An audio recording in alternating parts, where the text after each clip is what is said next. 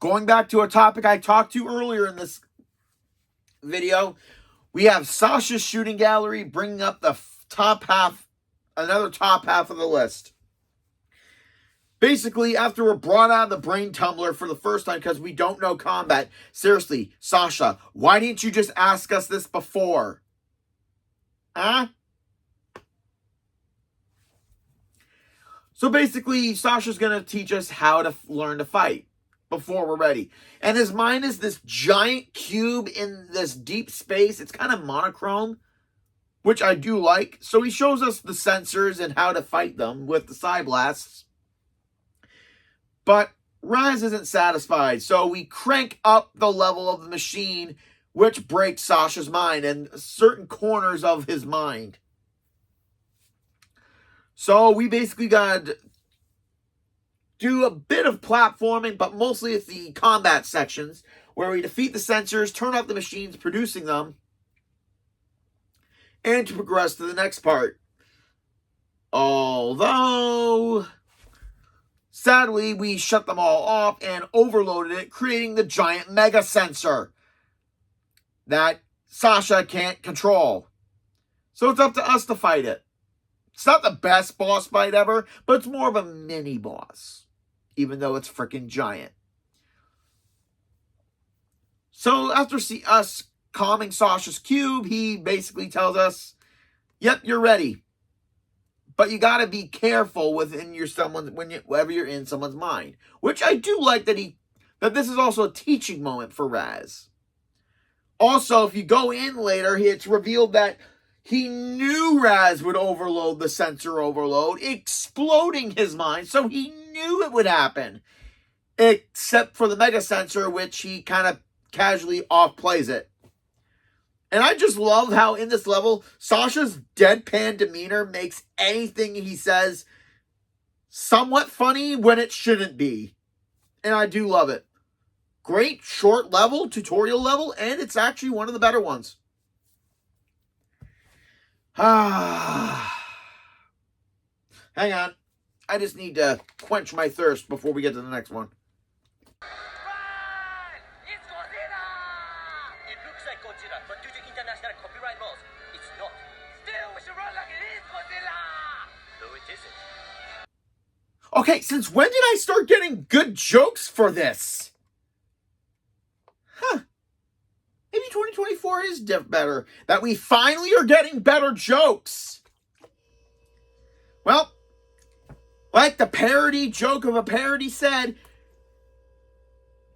I'm not gonna lie, a lot of people put this level kind of near the, either the bottom half of the list or right at the top, but at number 10, it fits Lungfishopolis, which is the mind of a lungfish that was mutated by Lobato and Oleander in order to kidnap children in order to take the brains in the lake.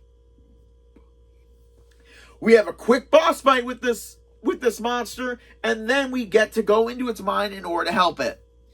Where we are Goggalor, a Godzilla-sized form of Raz and all the lungfish except for the ones of the Resistance are trying to take on Kochamara, which is a overloaded version of Oleander with the communicator in the lungfish's brain in order to control it.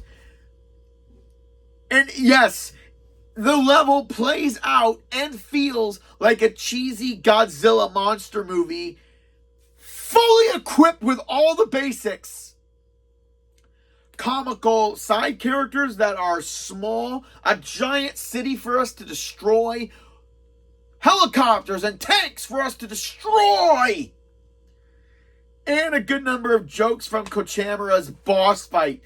Basically, he's a superhero version of Oleander that's basically implemented into the mind as a defense mechanism just in case someone tries to free the lungfish's mind out of his control. And I love how throughout the level, as we complete our tasks, the news reporter, who is obviously Oleander, giving a biased observation of what's been going on. Also, showing just how little Oleander knows about the military, because now it's time for the military to break out what they're known for. Submarines. Or something like that. And it's 100% hilarious. One big thing I love about this overall level is that, okay, whenever a level kind of shrinks us or makes us grow, it doesn't really feel like that impact, like in Toy Box or Castle of Dreams, where Ventus is shrunk and we're exploring the house. It feels like we've actually shrunk, and not just us moving regularly throughout a world where everything's big.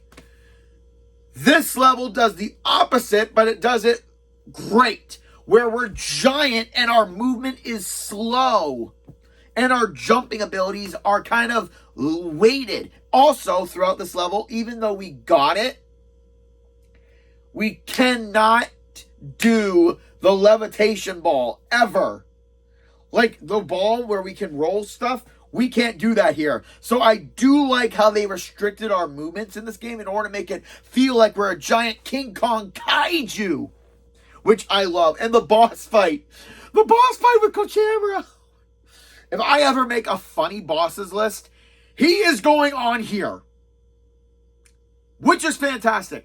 He does the generic, almost satire-ish attacks where he announces his attacks like a Power Rangers or Ultraman or Kamen Rider episode. And it's absolutely freaking hilarious. It's one of the best, funniest boss fights I've ever fought. And it's actually pretty good. It's done so well. And every time I go to that level, I feel the size of it, because it turns out Ford was right. The thing was more scared of us than we were of it. And the level shows. Well, back to the asylum for another fun level. No, it's not that one yet. Yes, I know people love it, and I know it technically won a fan award for one of the most creative levels ever, but it's not up yet. Let me get this straight. You're complaining that something that is so good isn't number 9 on the list, and you're not satisfied with the fact that it's probably near the top?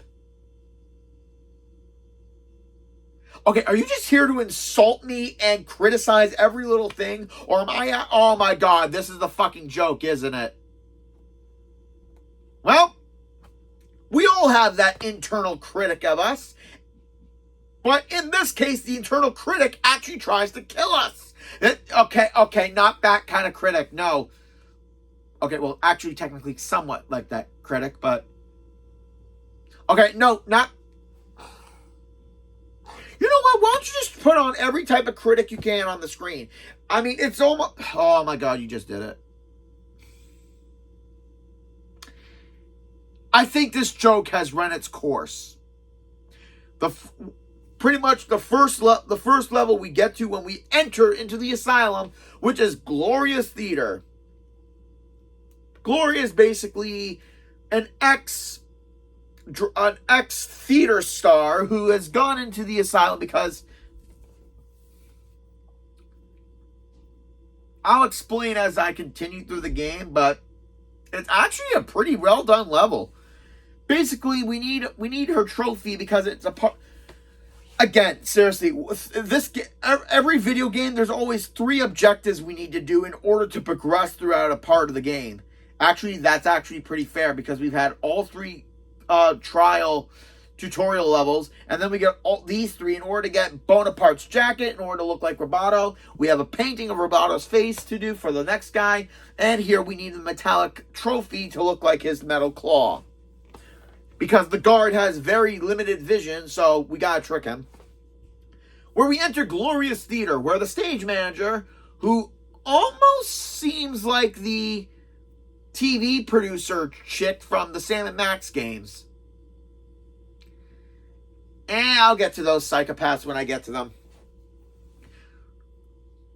So Gloria's internal sunshine, the spirit of her youth, something de soleil, which means the sun, is supposed to be played during the opening show, but some reason during the show, okay, yeah, I love this level because of all the jokes that they do.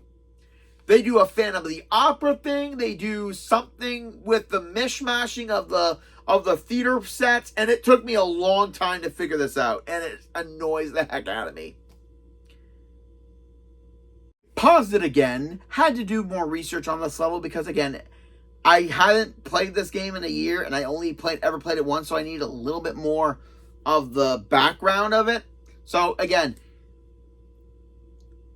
theater, the sunshine of her youth, Bonita Soleil, overworked writer, a bunch of casts that look like creepy Miss Sunny Patch Kid bugs or something from a Canadian animated series. Seriously, Canada had a lot of great shows. And the joke that I started this part with is Gloria's internal critic, Jasper Rolls, who is this giant purple people eater looking thing. Seriously, he looks like Miss Fig from the Tom and Jerry movie. See? Giant purple people eaters. Who is constantly criticizing the play all the time. So Bonita isn't able to come out because she's doubting herself, basically. Plus also, yeah, it's a theater episode. So the Phantom of the Opera is here. All honesty, considering the Phantom, I would have preferred this one. At least we would have gotten a lot of laughs. So in order to get to the catwalk, we need to find a bunch of different scripts, change some of the mood lighting. Oh, that's a big thing, the mood lighting, which kind of represents Gloria's bipolar episodes that she showcased when we first met her, whenever she left the light. It drastically changes the tone of any play that you're performing. And some of them have to be done with the correct sets, with the correct mood lighting. You got to kind of mix and match a little bit. Also, okay, see this? This is a TV remote. This is the mute button, which is what I basically played a lot during this level, because anytime you run the play, the actors read the exact same lines. And it's irritating. It gets frustratingly annoying real quickly, considering the number of times you're going to have to play them in order to get the right spots done. So why is it so top of the list? Because it's a minor gripe. And then the platform segments while we chase the Phantom in the catwalks is a great scene. And then... so sorry, my throat is very dry during this.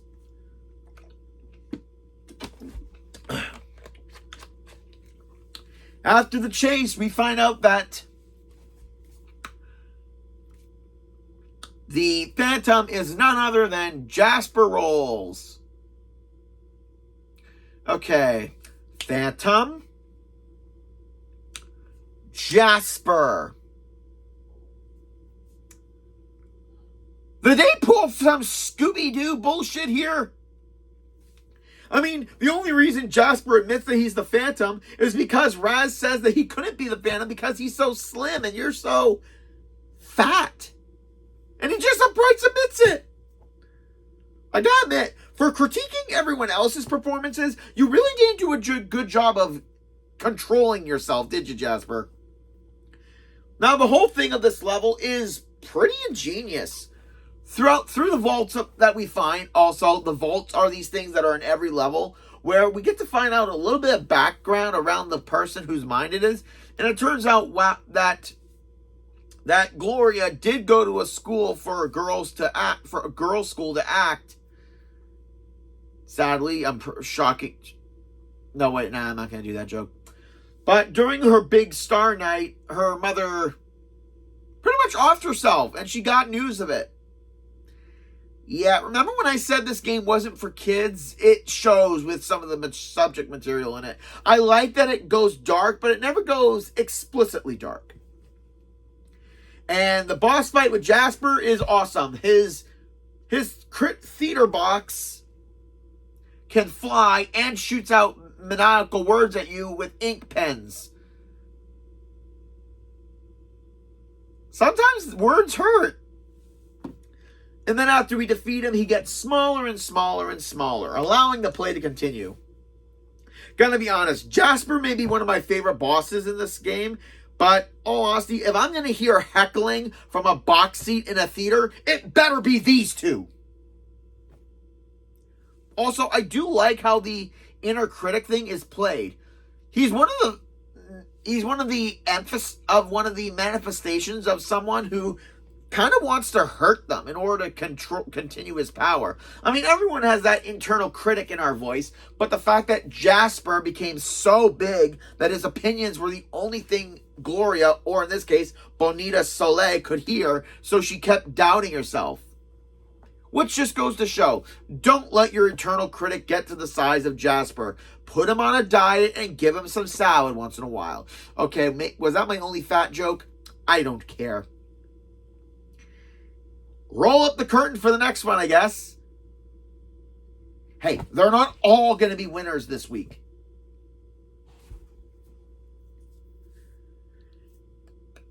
It's been a good while since we talked about number 2. And yeah, this one is definitely an odd one to put somewhat near the top, somewhat in the middle, somewhat in between. Compton's Cook-Off, in the mind of Compton Poole, the animal lover of the original Psychonauts, has put himself in isolation. I don't really get this one at all. I mean, I like the level. It's weird, but I sometimes don't fully get it. I mean, it starts off with a giant bell where we fight the judge type character. Okay? And then the bell rings and we're on a cooking show. Okay, where's Gordon Ramsay and Alvin Long? Am I being punked? No, this is basically Compton's mind as he suffers from,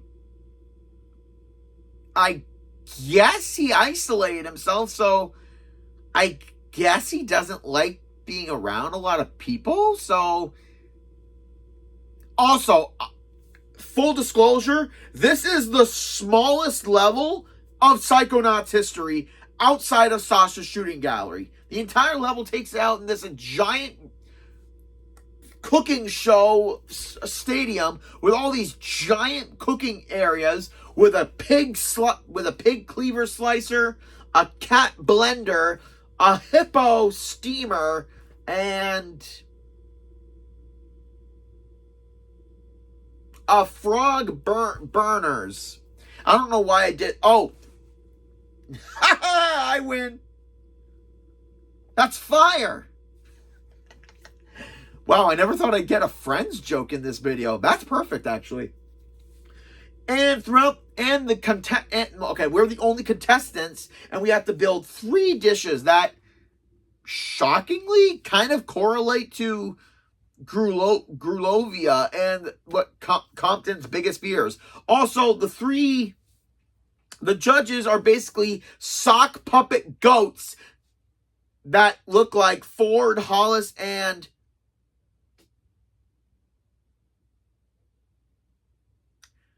I can't remember the third one's name because he's barely in the game. Okay, he is the only original Psychonaut guy whose mind we did not enter. I'm really curious about that. And also having Truman Zanato be the host goat. Am I going to do some goat jokes in this? Okay, I'm not. So basically, we have to get all the ingredients, and by ingredients, I mean contestants, because all the contestants are food. Strawberries, eggs, watermelons, honeycomb, and they all want to be cooked. And this is one of the most fun levels, if not the shortest one, which is weird. It's an entire area where also if you finish each dish within the allotted time, you get an extra bonus prize, which is basically half a brain, which increases your health supply. But one thing I do love is that there's a lot of grind rails in this level, so you got to find out how to do each ingredient for how long, and finding the best possible routes from the areas back, because there are a lot. It kind of takes the obstacle courses from MXC. Any of you who've never seen that show, it's freaking hilarious. It's the original Wipeout, and it takes those kind of obstacles and throws them into the cooking aspect, which is fun. It's outright fun. And then the boss fight is legitimately fun and hilarious. And that's discovered that all the puppets, every single puppet, were on Compton's hands. So I don't think the entire thing about this is being around a majority of people or sensory overload. So I'm thinking it's more like having the spotlight being on him and his fellow colleagues judging if he screws up. I mean, that's what I got out of the level. I mean, a lot of people have done dissection videos where they analyze the minds of these games, but that's what I think it is. And this level, even though it's short, it's fun, creative, inventive, and it made me hungry.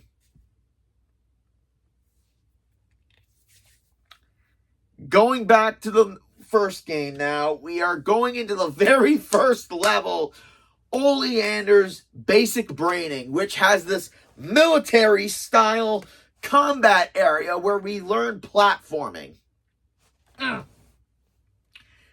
And it's one hell of a ride, with Oleander taunting you throughout the level, just like a drill sergeant would during a basic training camp.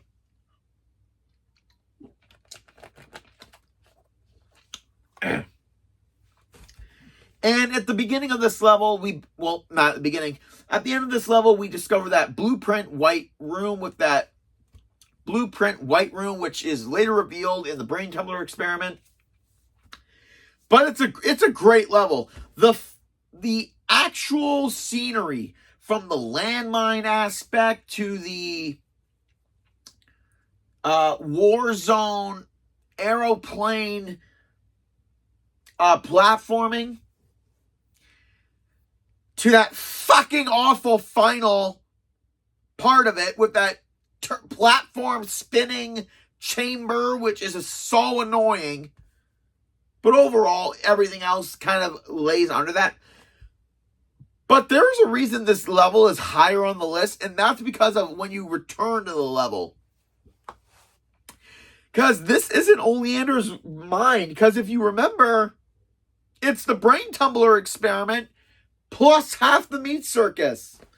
And when you come back with the cobweb duster and collect that safe that's been locked away since the start of the game, I mean, we find another safe in the game where Oleander was a great soldier, a great leader. But the one in the cobweb duster kind of showcases something. Oleander was rejected of every branch of the military, from the Army to the Marines to the Navy to the Air Force. He was rejected. Which, you don't get the cobweb duster until you get to the asylum for a level that's coming up later in the list.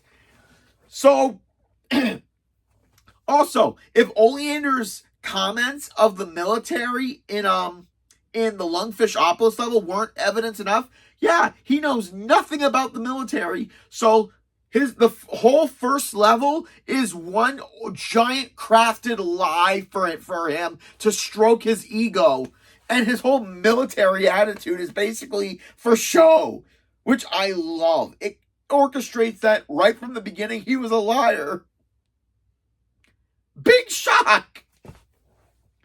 It's a little bit higher than some of the other good levels on this list because of the reveal. I mean, it's not a reveal that happens through story, just by you doing your due diligence and collecting every single collectible in the game. So, yeah, it's fun. It's a giant lie of a start, which, again, is so enjoyable. This level may be one of the most... I mean, this level has a similar issue that I had with Mila's Dance Party, and yet it's so far up on the list. It is a level that is a true feast for your senses. The Psy King Sensorium, which is a Woodstock feeling music level, kind of, that is all about the five senses. And it's the brain of a brain that has been, that we need to put in Nick the male guy's head, because he has no brain for some reason. It's revealed later on. I'll get to it. So in order to get to one of Ford Cruller's different personalities, we need a higher clearance. So we get a brain that somehow has a higher clearance, puts it in Nick's brain. But the problem is, this brain's been inactive for years, so it's sensory overload to the extreme. So we find this little ball of light whose brain it is, and we got to help him by getting his band back together. There's sight, sound, there's sight, hearing, smell, taste, and feeling, and there are 5 characters that represent them. And also, if you can't really tell, he's the leader of the band. It's a feast for the senses. Yeah, all 5 members are representing of the original Psychic Six. Even the forms of body matches. So throughout this level, we go through gauntlets of enemy fighting in order to get the instruments for each of the characters. And each section of the level does have different color palettes, but also has very blending colors, which, if you don't like those giant, colorful, abstract paintings, this one will definitely make your eyes hurt. But it's a true, like, I can literally feel every aspect of this level. I mean, except I can't smell, nor can I taste this level. But for the ears and the eyes, it's a marvel. It really is. And during one of the parts of the game, we are introduced to a panic attack monster, which is so chaotic and frenzy looking. Yeah, it's basically a representation of a panic attack. And I love the color of this entire level. It has that Woodstock feel to it. And all those tie-dye colors throughout the levels. And also, looking for figments is going to be a pain in the ass because of the color contrasting. But it's not as bad as Mila's. At least you don't have to go through a race every single time you want to collect figments. Also, biggest reveal ever is that the Psy King, the leader of the band, is Helmet Fullbear, a psychonaut that went missing during the Battle of Grulovia, but he sent his brain out so he could still survive. Okay. I know it's not important parts of this level, but 3 big things that make this level really amazing and make it over the top of what it is. 1, showcasing showcasing the Psy King's attraction to hearing, which is another Psychonaut, and having that connection, showing the song that they do. Yeah, they do a song in this near the end, at the end of the level. It's only a short one, but it's still freaking awesome. Showcasing everything about the level. It's fantastic. 2, the fact that there's no giant boss at the end of this, because as much as I would love that, not every level needs a boss, and they don't. Third thing, Helmet is voiced by Jack Black, and he gets the belt out of tune again. I'm sorry. Any excuse to have Jack Black voice a character that gets a musical number, and for him to be as so badass as he always is, you know what? Jack Black said it best. Do it. 1, 2, 3, 4. 1, 2, 3, mother. The man, I don't know what it is. Anytime he gets an excuse to do something musical, he always brings us up. I mean, for Christ's sake, everyone was singing this for a good amount of time last year. And I was jamming to this one too. However, after he regains his memories, a vault opens up and the memories of Maligula come out, which makes him terrified because he feels that his friends abandoned him.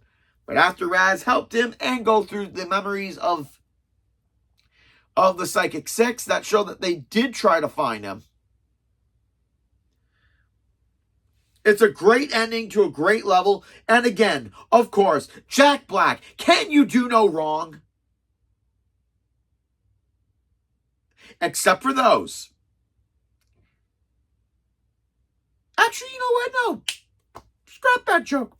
Jack Black does nothing wrong. And I can't wait for Kung Fu Panda 4 coming out next month. Okay.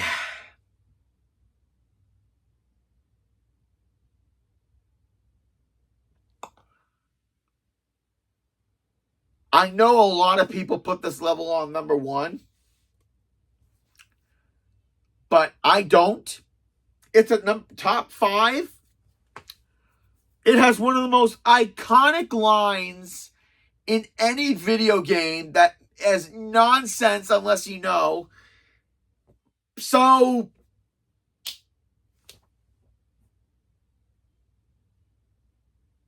did it do the joke? No?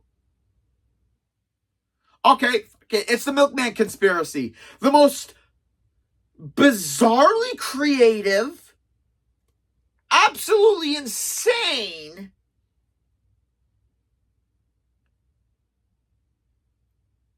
I got no words for this level.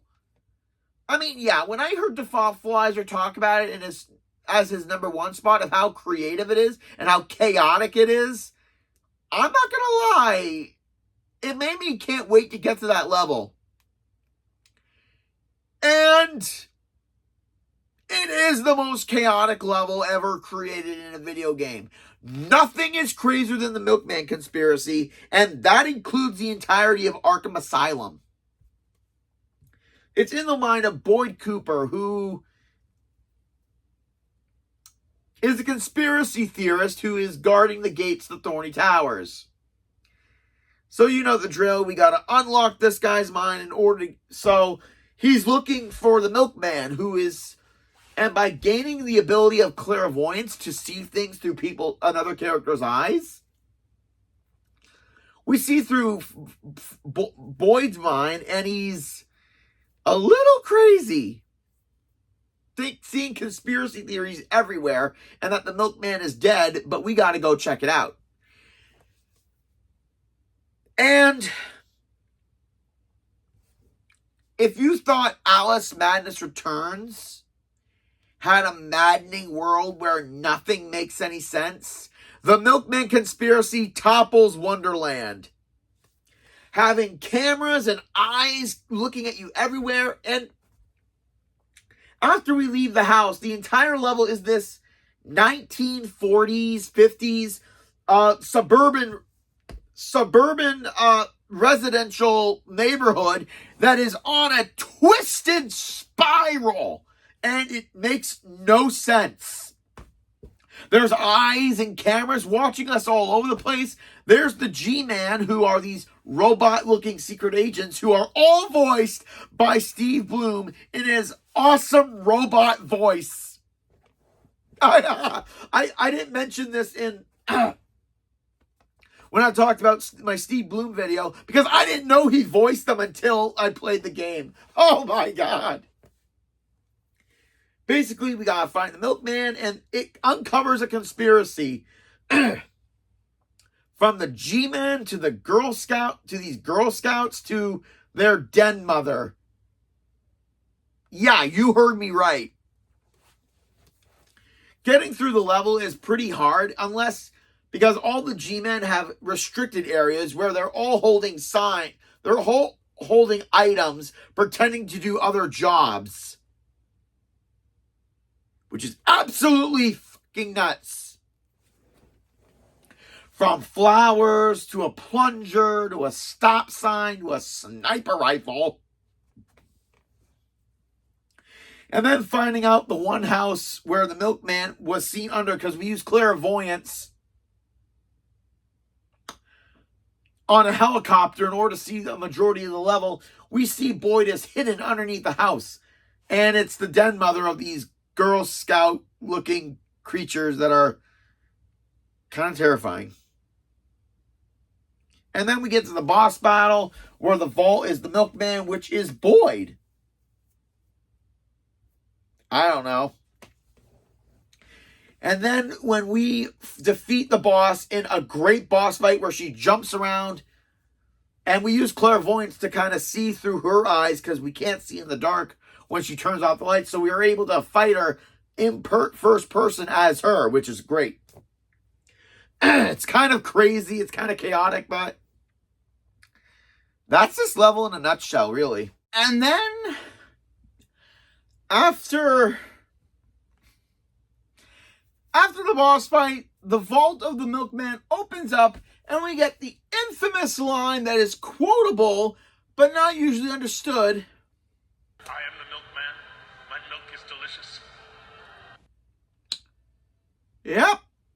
And then Boyd's milkman persona starts taking his milk, which is basically Molotov cocktails, and throwing them throughout the level. He's attacking the people of his own mind. From the censors to the G-Man to not us, surprisingly.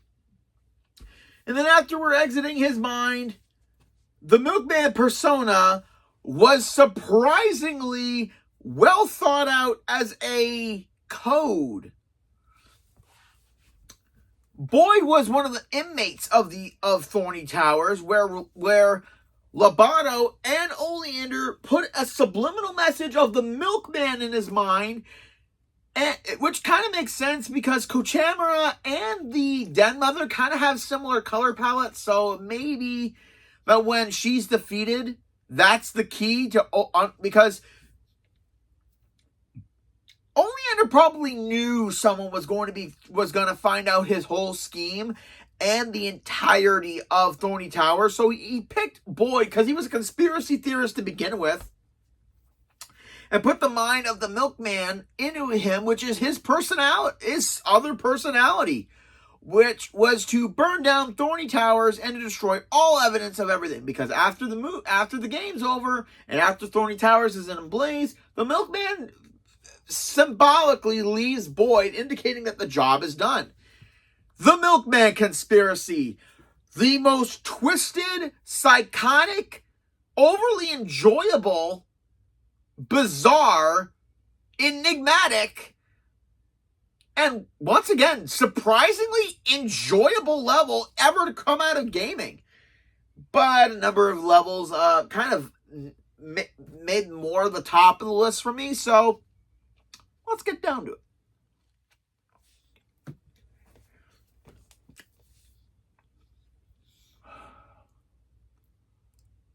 Should not have eaten that.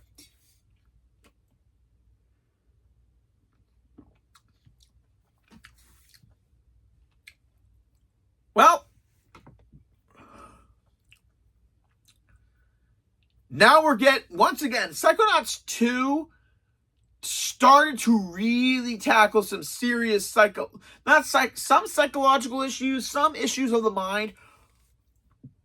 And for this one, I salute. Bob's Bottles is all about the effects of alcoholism on someone's mind and life. And honestly, I didn't know that's what it was until I got a little bit further in the game and, well, at the level of Bob Zanotto, aka the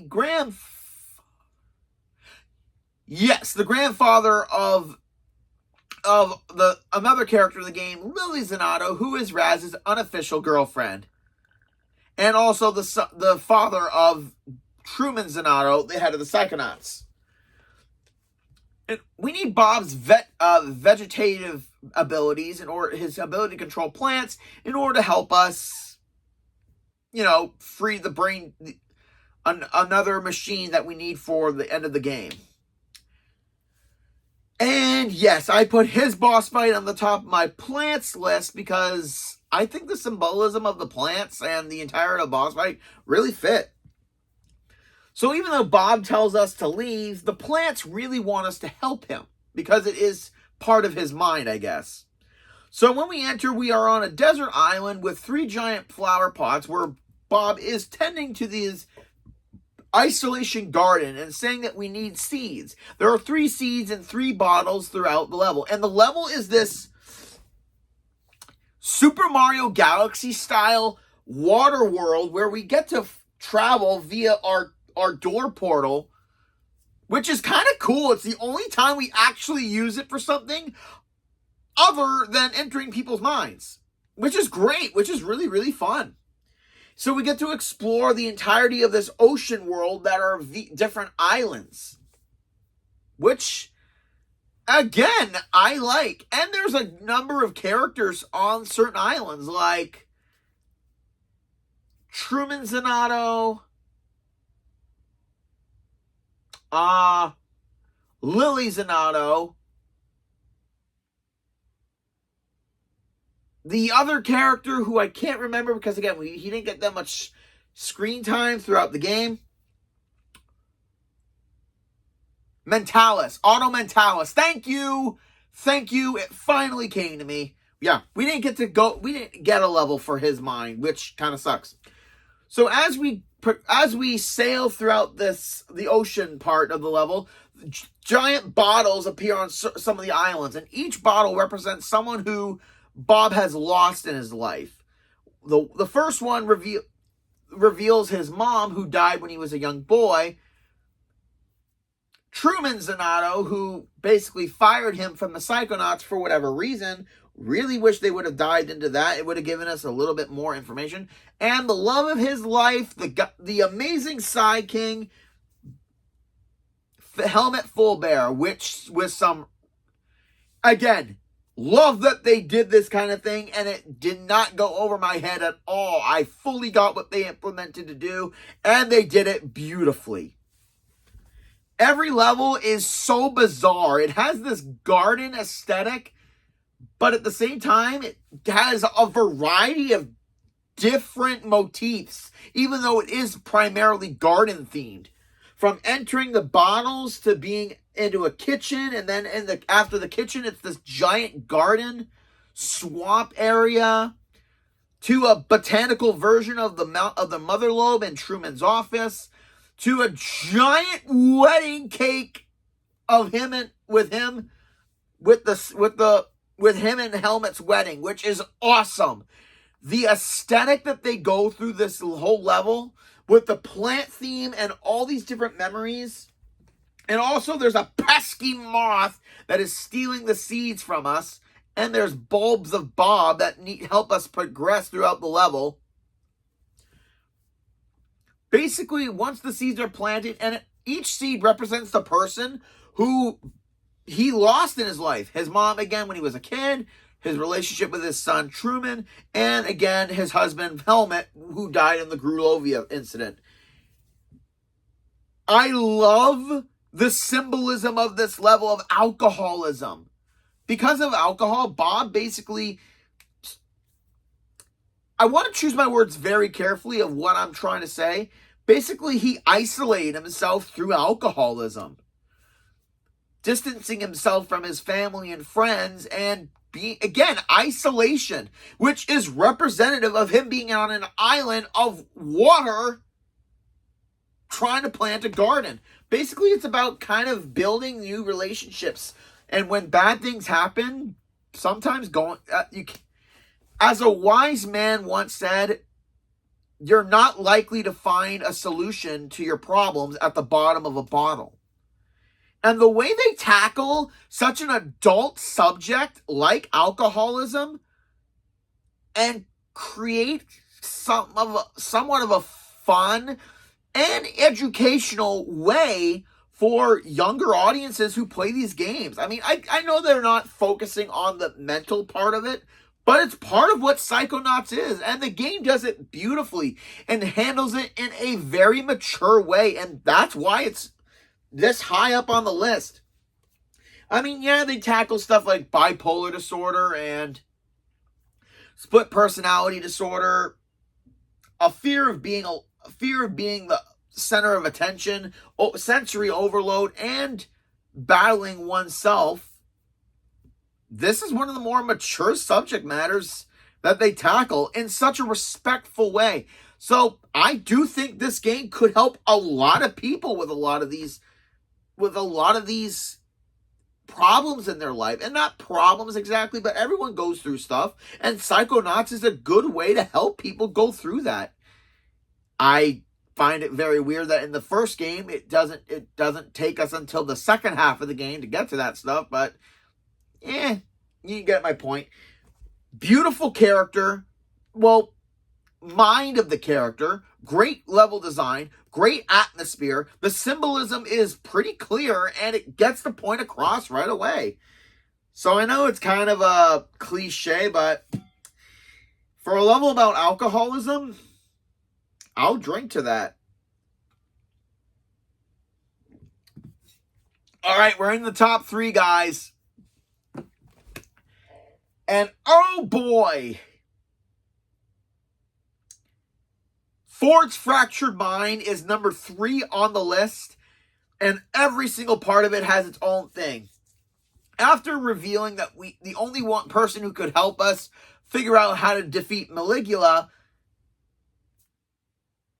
we have to get Ford Cruller, who is kind of a nutso.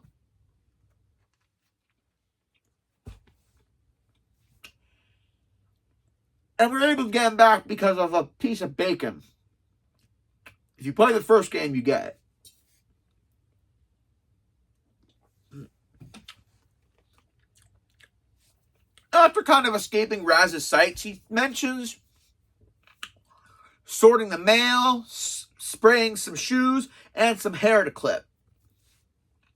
Obviously giving us indications of where to find his 3 different personalities. This guy has a lot of different abilities, which is kind of weird. So when we first go into his mind, the first time, it's fractured. It basically showcases an area of Whispering Rock with all with the original Psychonauts heads on the wooden stumps. But what is surprising, literally, the reveal of it, where we have all the original Psychonauts heads, they were in the first one. Lucretia, I'm not 100% sure on that. No, she wasn't, because Ford chopped it down. And his own, a little bit, because he was in turmoil. So basically, after getting another one where we are booted out, then he mentions the 3 locations, which correspond to the mailroom, where we need the Psy King's help, which is where we get the Psy King level. Clipping hair, which is the first one we can actually go to immediately. And then the bowling alley, where he's spraying shoes, but we'll need Compton Pool's bowling pass in order to enter. So all 3 levels kind of correlate to Ford's trauma that happened with Lucretia and the problem that happened in Grulovia. So I'm going to go into these 3 levels in the order that the game suggests that you go into it. Obviously, starting off with the hair one, it's basically an entire world that's built on hair, and the barbershop feel to it, with the little gnats being washed away with cleaning products, and it kind of showcases Ford's with the news of what happened in Grulovia, and couldn't believe that Lucy did it. I mean, I get into that whole story a little bit more in one of the other top 2 levels, but right here, it's a great level. But for the love of God, who thought it was a good idea to put thunderclouds on the spiral thing up for the tower? That's kind of a lighthouse, I guess. Also, who puts a light blue thunder figment next to the thundercloud? And after we complete more of Ford's fractured mind, we get to see the pieces come into place. Next is the bowling alley one, which is Strike City, which kind of showcases Ford's love life with Lucy. Yeah, him and her were an item while she was a member of the Psychonauts. And it shows that they went bowling together. And the entire level is a bowling ball germ city with a cityscape theme. With obviously the spray being the people that were eliminating the Grulovia thing. And riding on a germ-covered bowling ball to go through the game level. Yuck. And then we get the final one, Ford's Correspondence. Cruller's Correspondence, whichever. Which is a giant mailroom with a giant robotic mailman Ford putting in the mail. And platforming on top of the mail is great. Especially the mailroom sections, which are really well done. I kind of wish that this kind of the mail level was kind of what the could have been what the library level could have been. A little bit more energetic, a little bit more going on, with a lot more done. And I do like that we got to find 4 little keys that spell out Lucy's name and put them on the giant typewriter. And yes, you can literally type out any word you want, and the game is fine with it, which is hilarious. Oh boy. But then it turns out that Lucy never really got... It's based on a letter that Ford never sent to Lucy, and then he had to hear about that she's gone and that Maligula is all that's remaining of her, which sends him into sadness. Which corresponds to the biggest twist in the game, the Tomb of the Sarcophagus, which is a giant fall level where Raz has to go to each different spot in order to learn something about his family's past. Basically, long story short, shut up. Maligula was his great aunt, and his actual grandmother and her husband were killed in the deluge of Grulovia. Basically, they were sisters, obviously. And it's revealed throughout this that Ford's the one who's kind of responsible after the decimation that Maligula caused, but he still couldn't get rid of her because he still cared for her when she was Lucretia. So he wiped her mind and put her in with the Aquatos, making them think that she was the grandmother, so she could stay in peace. And he didn't tell his fellow Psychonauts this, and making sure that nothing would make him, he kind of fractured his own mind to make sure no one would ever find her. And this causes Raz a little bit of pain of what he did, but they kind of work through it in the best of ways. Just like I said in Hollis's Hot Streak, the actions that these characters did aren't fully ignored in the blink of an instant. I mean, yeah, Raz is still mad at Ford for doing this to him and for keeping it a secret for so long, for everything they went through in the first game. It just shows that, yeah, they're both human. They've made mistakes and they want to fix them. And as far as How we found out Ford knew? Oh boy. Number 2. So, throughout the beginning of the game, there was evidence that a mole was in the Psychonauts, and the Delusionists were involved. A group who were hell-bent on basically an anarchist group of psychics. We never see any of them. But here's the thing. The entirety of this game, again, there was supposed to be a mole because Truman was kidnapped, Nick's brain was missing,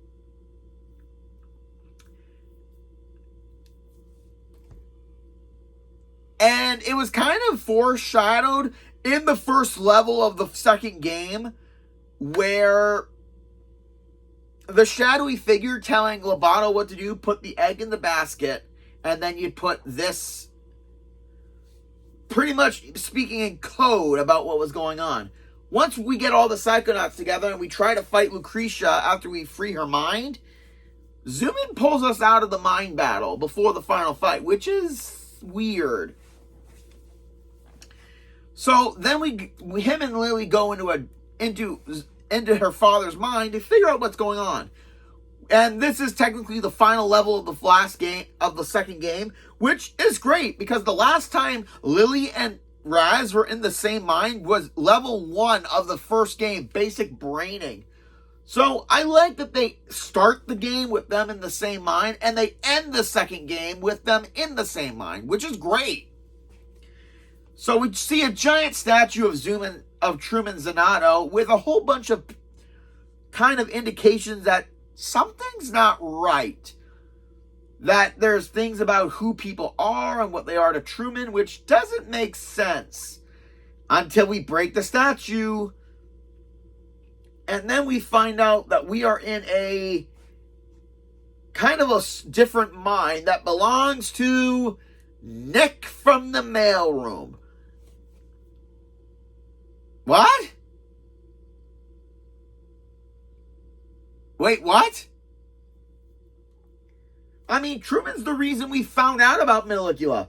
I mean, he's the one that told us that there's most likely a mole. He told us not to trust anyone, not to tell anyone what we're doing. He told us to get Ford back here. Oh. Yep. Nick isn't really Nick. He is actually Gristel Malik, the heir to the throne of Grulovia. Basically, the Tsar's son who plans on bringing back Maligula in order to retake the throne of Grulovia.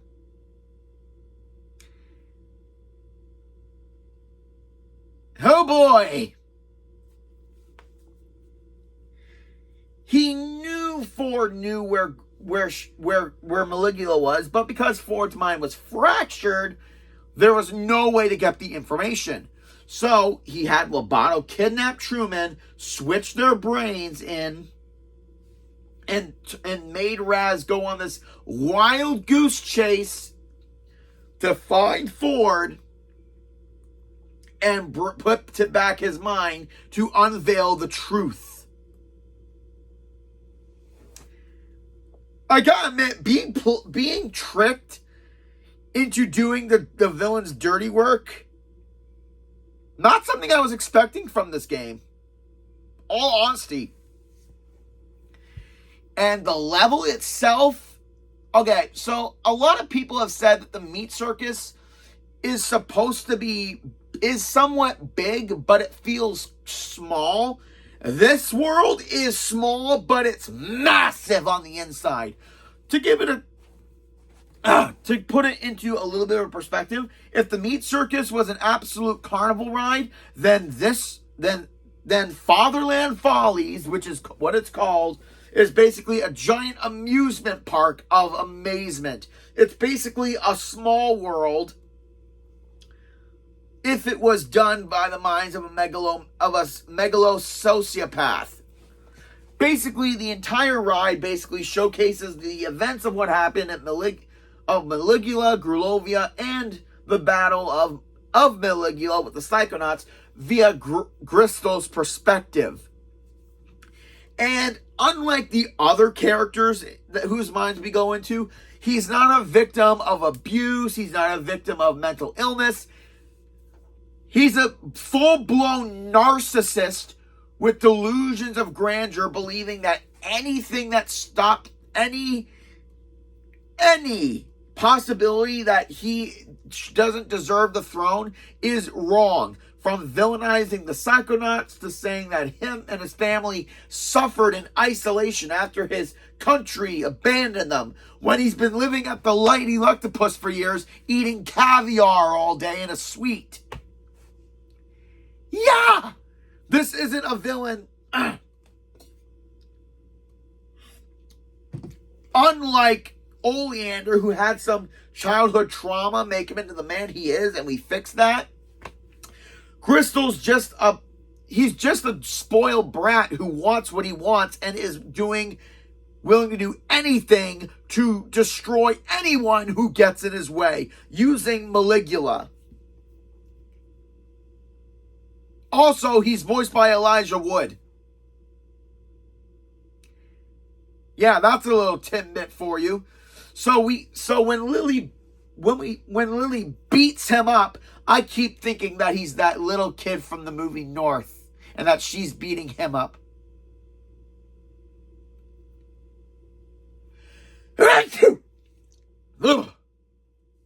Oh, just thinking about that movie makes me ill. So, the entirety of the level is us messing around with the ride. Also, it plays an eerie song that is very similar to It's a Small World, but praising the entirety of Crystal Malik. And there is an achievement in the game where you find the record players and turn them off completely. Seriously, where was that option during It's a Small World? As quick as this level is, it's got a lot going for it. The different set pieces indicating bits of the story, the being able to get off the ride, go behind the scenes and check it out. It's amazing how great and detailed this level is. And as a final level, without a final boss, I actually like it. It makes the meat circus look like an opening act to the grand spectacle of the finale. And it definitely has that appeal. But there's one more I gotta go through, and it's one that definitely is a little bit more interesting to me.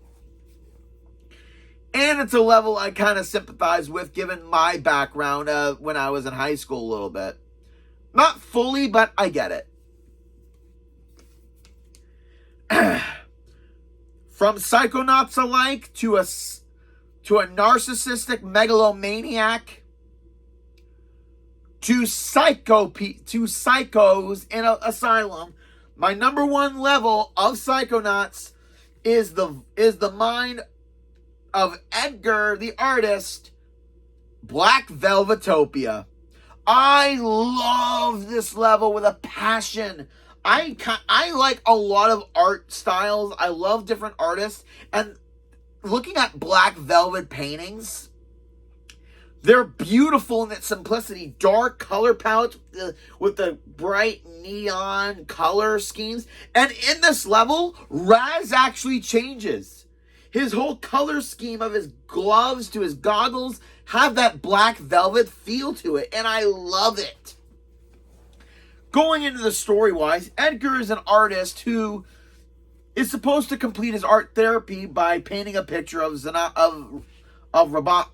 Lobato. But every time he tries to finish it, he gets mad and always depicts a bullfight scene.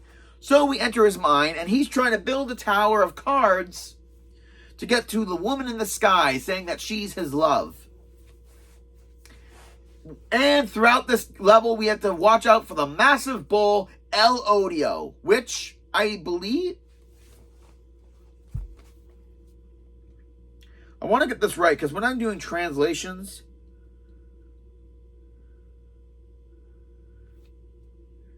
No.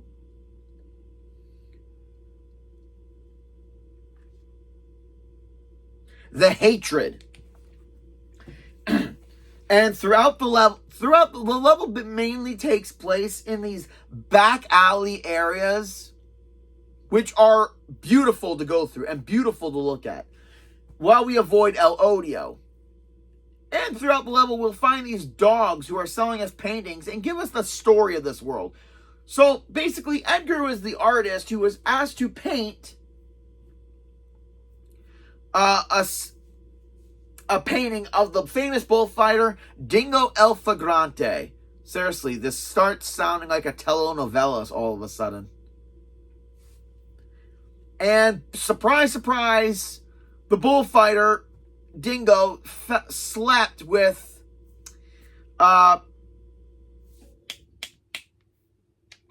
Edgar's wife, Limpida.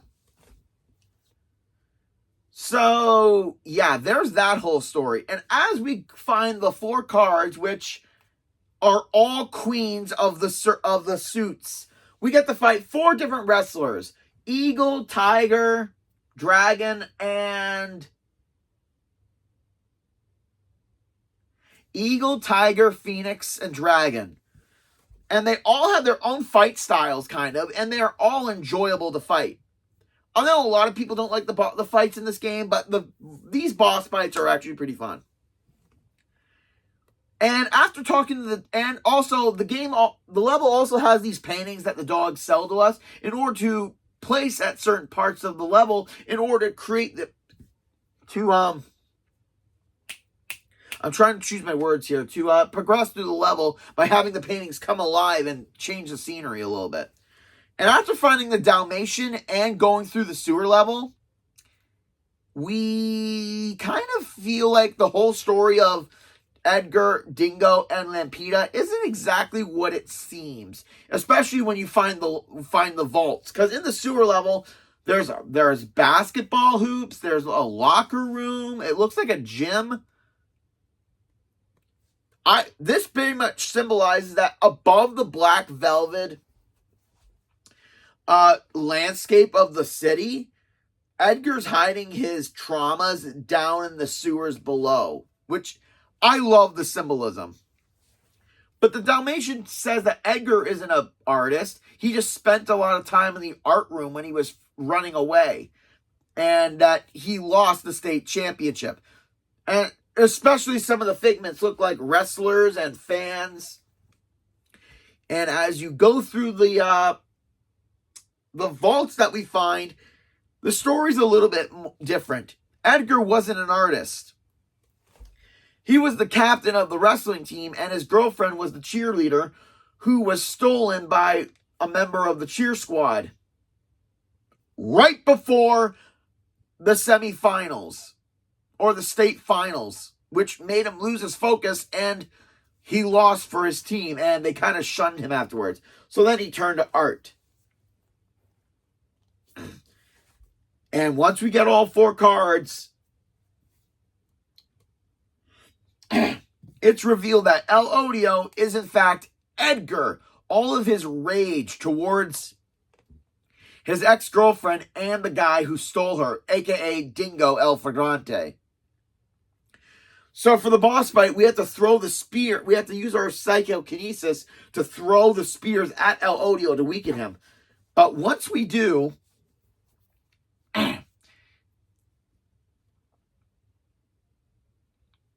Edgar transforms back into himself.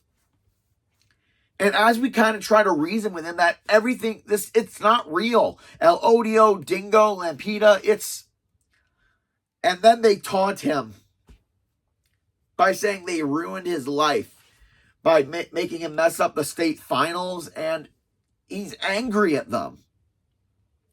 But he's still weak, and Dingo starts attacking him.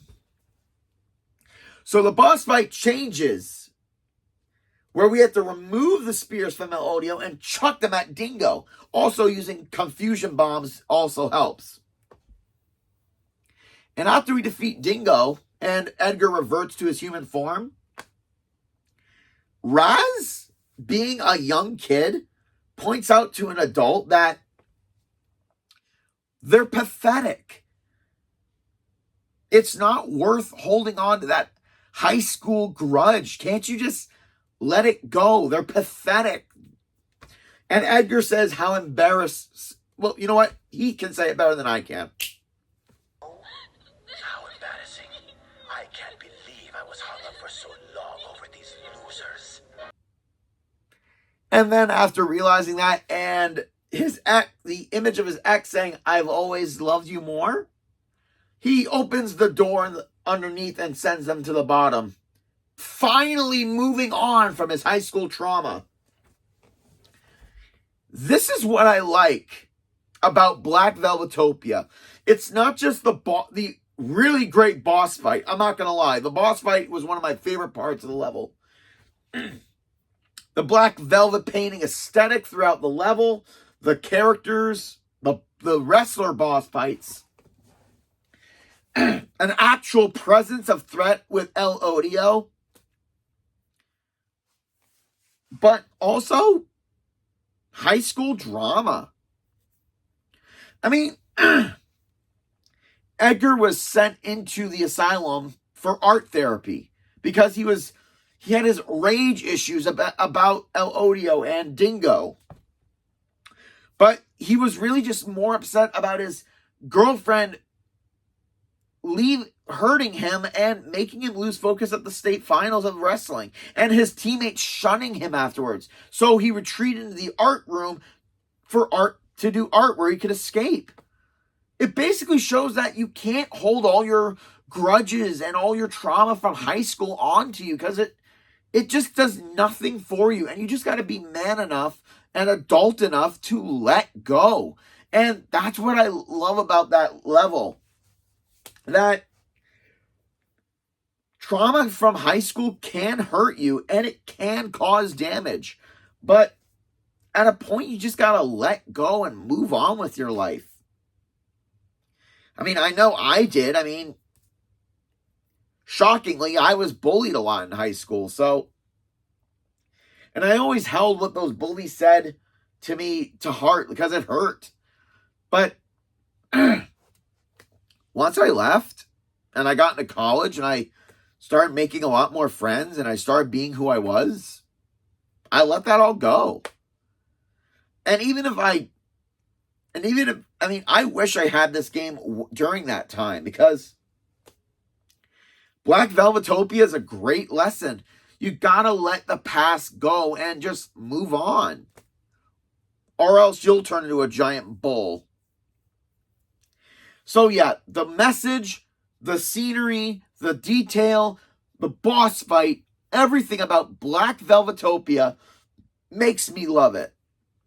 And if I ever do play Psychonauts 1 again, and it'll be a long time, I can't wait to go into a level that can definitely help you through your high school issues. And I'm finally done. This list is done, and I'm happy about it. What do you guys think of my list? Do you guys think I'm right? Do you think I'm wrong? Do you think I'm a little overanalyzing? Whatever. Thank you for joining. Like, comment, subscribe down below, and join me next month where we begin March. What do I got planned for March again? Let's see.